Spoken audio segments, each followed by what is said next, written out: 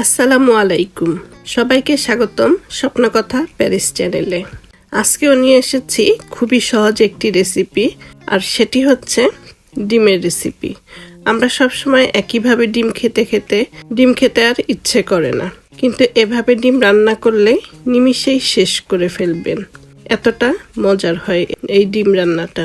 তো যেভাবে আমি এই ডিমের রান্নাটা করলাম, তো নিয়ে নিলাম 3টি ডিম, আর নিয়ে নিয়েছি 2টি আলু সিদ্ধ। তো আলু সিদ্ধ দুটো আমি গ্রেট করে নিব, আপনি চাইলে এটা ম্যাশ করেও নিতে পারেন। তো 2টো আলু আমি গ্রেট করে নিলাম। এরপরে এর মধ্যে দিয়ে দিব অর্ধেকটা পেঁয়াজ কুচি, 1/4 চামচ চিলি ফ্লেক্স, 1/4 চামচ গোলমরিচের গুঁড়ো, 1/4 চামচ হলুদ গুঁড়ো, আর দিয়ে দিলাম ধনে পাতা কুচি। এবার একটু মিশিয়ে নিব। এরপরে দিয়ে দিব স্বাদ মতন লবণ। লবণটা দিয়ে ভালো করে আমি এটা মিক্সড করে নিব, যাতে আলুটা দানা দানা না থাকে। তো এটা মিক্সড করে নেওয়ার পরে চুলায় একটি প্যান বসিয়ে দিলাম, আর এর মধ্যে সামান্য তেল দিয়ে দিলাম। তেল দিয়ে ডিমের এই মিশ্রণটা ঢেলে দিব। তো ডিমের মিশ্রণটা ঢেলে দিয়ে একটি প্যাচুলার দিয়ে চারদিকটা সমান করে দিতে হবে। চুলার হিটটা লো রেখেই ডিমটা ভাজতে হবে। তো চুলার হিটটা লো করে দিয়ে ঢাকনা দিয়ে ঢেকে দিব।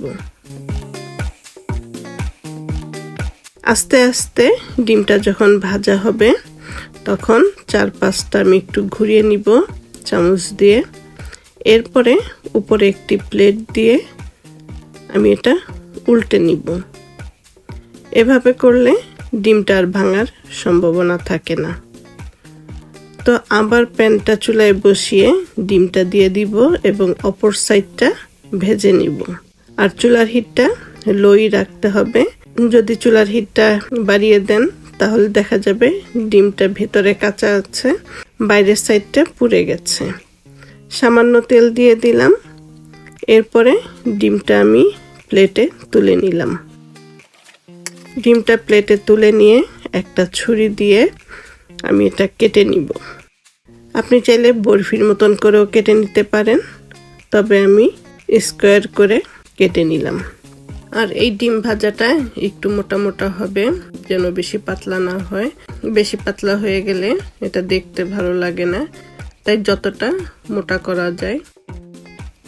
তো ডিমটা কেটে নেওয়ার পরে ডিমটা সাইডে রেখে দিলাম। এবার আরেকটি প্যান চুলায় বসিয়ে দিলাম। এর মধ্যে দিয়ে দিলাম তেল, আর তেলটা গরম হলে বাকি আর অর্ধেক পেঁয়াজটা কেটে দিয়ে দিব। আর এর মধ্যে দিয়ে দিলাম একটি টমেটো কুচি, দিয়ে দিলাম দারচিনি এবং একটি তেজপাতা ছিঁড়ে। এরপরে দিয়ে দিলাম আধা চা চামচ হলুদ গুঁড়ো, আধা চা চামচ কাশ্মীরি লাল মরিচ, দিয়ে দিলাম আধা চা চামচ জিরে গুঁড়ো, স্বাদ মতন লবণ। এরপরে দিয়ে দিলাম আধা চা চামচ আদা পেস্ট এবং আধা চা চামচ রসুন পেস্ট। এবার নেড়ে চেড়ে মশলাটা কষিয়ে নিতে হবে। তো দিয়ে দিলাম একটু পানি দিয়ে এবার আমি মশলাটা কষিয়ে নিব, আর এজন্য ঢাকনা দিয়ে ঢেকে দিলাম। এখানে আমি 3টি ডিম নিয়েছি, আপনি চাইলে আরো বেশি ডিম নিয়ে নিতে পারেন। তো আরো বেশি ডিম নিলে আলুর পরিমাণটাও বেশি দিতে হবে। মশলার তেলটা বের হয়ে গেছে এবং মশলাটা কষানো হয়ে গেছে। এখন এই ভাজা ডিমগুলো যে কেটে রেখেছিলাম, সেই ডিমগুলো দিয়ে দিব। আর ডিমগুলো দিয়ে একটু উল্টে দিব, যাতে ডিমের 2টা পাশেই মশলাগুলো লাগে। আর এটা দুপুরের খাবারে অথবা রাতের খাবারে রাখতে পারেন। মাত্র 3টি ডিম দিয়ে পুরো ফ্যামিলির খাওয়া হয়ে যাবে। আর এটা এতটাই মজা হয় যে এরপরে প্রতিদিনই খেতে চাবেন। ডিমগুলো উল্টে পাল্টে নিয়ে দিয়ে দিলাম কাঁচা পাকা 3টে মরিচ, আর দিয়ে দিলাম 1 কাপের মতন পানি।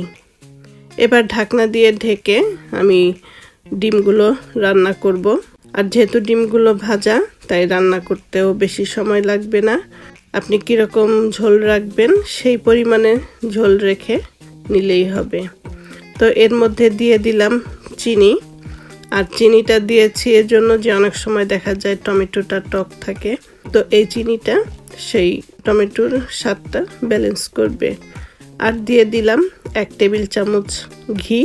এরপরে দিয়ে দিলাম উপরে জিরে গুঁড়ো আর ঢেকে চুলাটা বন্ধ করে দিব। আর এখন যে ঝোলটা দেখছেন এটা কিন্তু তরকারিটা ঠান্ডা হলেই এটা টেনে যাবে, তাই ওই পরিমাণ ঝোল রেখে চুলাটা অফ করতে হবে। ঢাকনা দিয়ে রেখে দিব। 5 মিনিট পরে এটা আমি পরিবেশন করব।